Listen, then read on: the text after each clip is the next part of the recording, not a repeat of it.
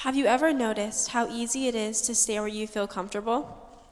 Like sitting with the same friends at church, not raising your hand even when you know the answer, or not trying something new because you might fail? Comfort feels safe. It's like the boat in the middle of a storm. You'd rather stay inside than step out onto the waves. In our scripture today, the disciples see Jesus walking on the water. And Peter, the same Peter who speaks before he thinks, who has big faith but also big doubts, does something wild. He says, "Jesus, if it's really you, tell me to come to you on the water." And he actually steps out of the boat. Peter isn't a superhero. He's a regular person just like us. He's impulsive, he's unsure. Sometimes he gets it right, and sometimes he fails pretty hard. But the inspiring thing about Peter is he is always willing to try. It pushes us to note while there is always risk, growth doesn't happen in the boat. Growth happens when we step out in faith. So today we're going to talk about what it looks like to step out even when it's scary. Thank you, Annika and Thomas. In this story from Matthew's Gospel, we see both fear and faith in the same moment. Peter steps out towards Jesus, and then he begins to sink.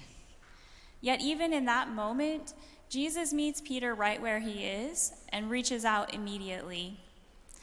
Today, we're going to hear from several of our youth about what that looks like in real life, beyond the comfort of the boat.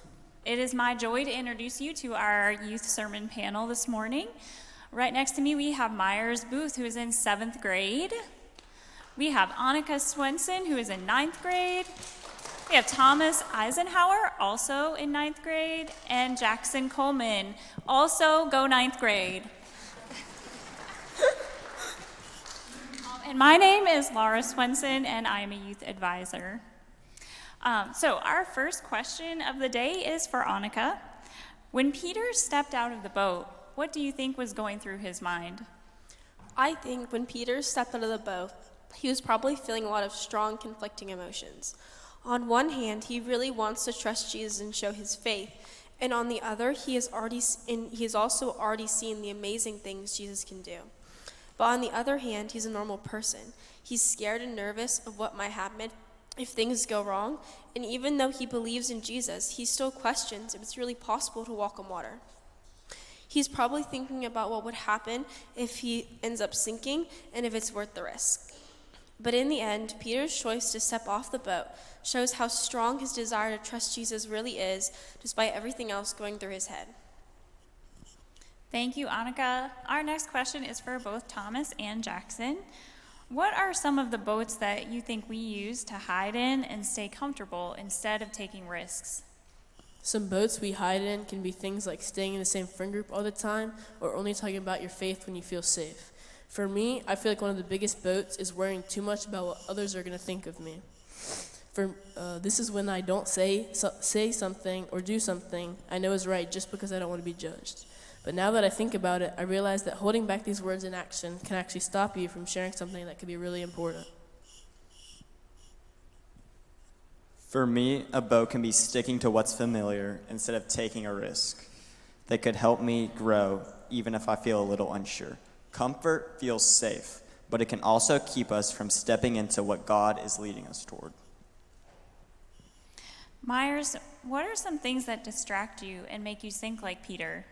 I think for most teenagers, things that distract us and make us feel like we are sinking are worrying about what others think, fear or failure of not being good enough, feeling overwhelmed by problems all at once. For me, often it is overthinking that distracts me. I start off doing fine, but then suddenly every step of any possibility or every what if, my confidence gets replaced with the doubt of every situation possible. I often forget that God is the one in control of my situations. Jackson, Peter had both faith and doubt at the same time. Have you ever experienced that? Yeah, for sure. I've had similar moments like that where I trust God, but at the same time, I'm still worried and unsure. There have been times where I felt like I should be trusted, like a situation at school or with a friend, but I still kept stressing about what would happen. So it's like I believe in God, but in the back of my mind, there's still a little bit of doubt. I'm sure many of us here today, especially the adults, can relate to experience faith and doubt at the same time, and I think that's normal, just like it was for Peter. Annika, what does it look like for you to step out of the boat and trust Jesus? For me, stepping out of the boat means doing hard things and overcoming challenges, knowing Jesus is there for me no matter what, even when things are uncomfortable or embarrassing or scary. One example of this is one of my friends that I've known for a very long time.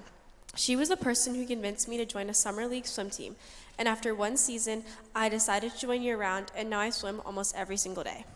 Without her support, I probably would have never joined, and almost 6 years later, I have made so many friends, memories, and learned so many things because of it. All because of her guidance and choosing to trust Jesus and step outside of the boat. Thomas, what do you think it means that Jesus reached out immediately when Peter started sinking? I think it shows that Jesus responds with grace right away, not hesitation or disappointment. The moment Peter starts sinking because of fear, Jesus doesn't wait for him to fix himself. He reaches out right away and saves him. That tells me Jesus is not distant when we struggle. He is close and ready to help in the exact moment we need him. It also shows that faith doesn't have to be perfect for Jesus to act. Peter had fear and Peter had doubt, but Jesus still rescued him. To me, it means we don't have to have everything together. God meets us right in the middle of our fear and helps pull us up. Thank you. Myers, how does fear affect your decisions? Fear does affect our decisions. It can make us avoid taking risks or trying new things. It can lead us to choose what feels safe rather than what's right. It can cloud our confidence and make us doubt our abilities or calling. And it can make us hesitate even when we know what is right. A way fear affected my decisions was when I had to switch from my old church, where I knew everyone, to this church where I didn't know anyone. Because of my fear of a new thing, I distanced myself from possible new relationships. When I let go of my fear, I made very meaningful relationships. On our beach retreat last weekend, we learned that you can find a different Bible verse for all 365 days of the year. So we really don't need to let fear affect our decisions. Jackson, how can friends or community help you take steps of faith instead of staying comfortable? I think friends and community help a lot because they remind you that you're not doing it alone and help you through it. Like if you're nervous to do something, having people encourage you or even do it with you makes it way easier. For me, it helps when friends push me a little bit out of my comfort zone or just support me when something is hard. Also, seeing other people go through these steps in their faith makes you want to do the same.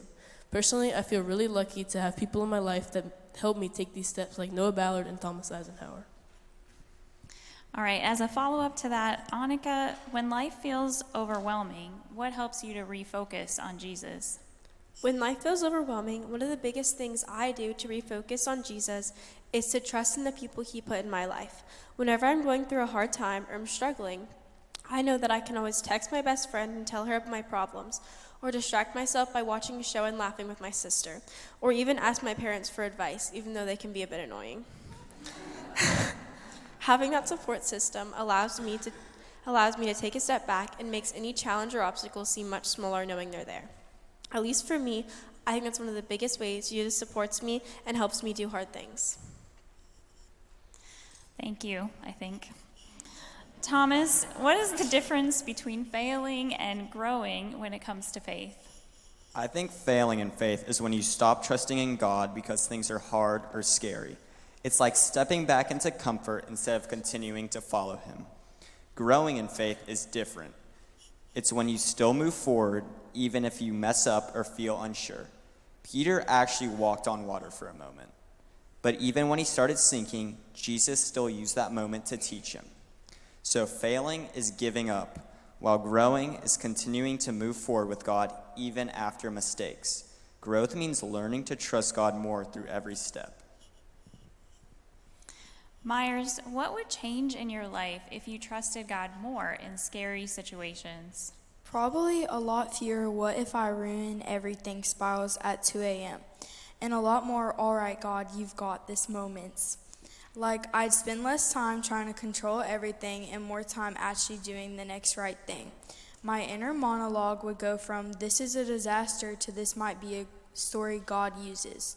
I'd step out the boat a little quicker and maybe panic sink a little less. Honestly, trusting God more in scary situations wouldn't make life less adventurous.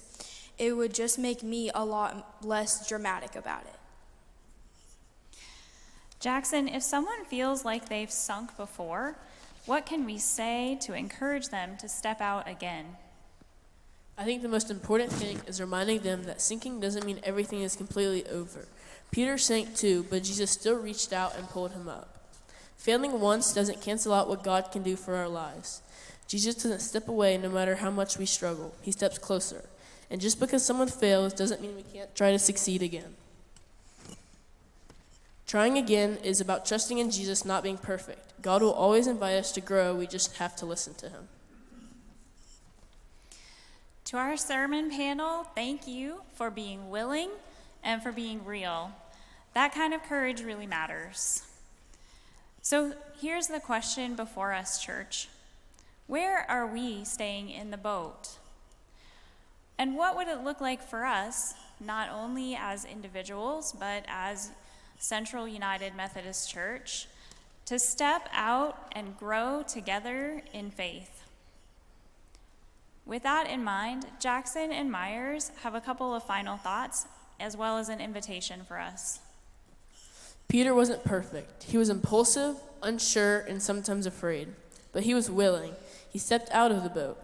And even though he sank, he still experienced something incredible. He walked toward Jesus on the water. The others stayed behind, watching from a distance. And that reminds us, Jesus isn't looking for perfect faith. He is calling us to trust him. And when we do fall, because we will, he doesn't leave us there. He reaches out immediately. At our retreat last week, our youth talked about how God's goal for us isn't perfection, it's connection. It's about growing in a real relationship with God, and that growing never stops, no matter how old we are. So we want to invite you into a time of reflection this morning, where we get to respond to the story of Peter and Jesus together, where might Jesus be asking you to step out of your boat? And are you willing to trust him with that next step? When you came in, you were given a small piece of dissolving paper. On that paper, you are invited to write one of two things: a fear that you need to let go of, or a way you sense God is calling you to trust him and step out of faith.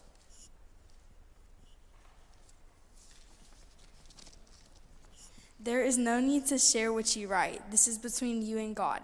Elizabeth Bryan is going to play reflective music piece for us, and we are going to write and pray over our comfort zones and calls us to step out. As you came forward for communion, you are invited to drop your paper into the bowl of water at the end of the aisle. As the paper dissolves, we want you to know it's the outward sign of your inward prayer. It's time for us all to let go and let God.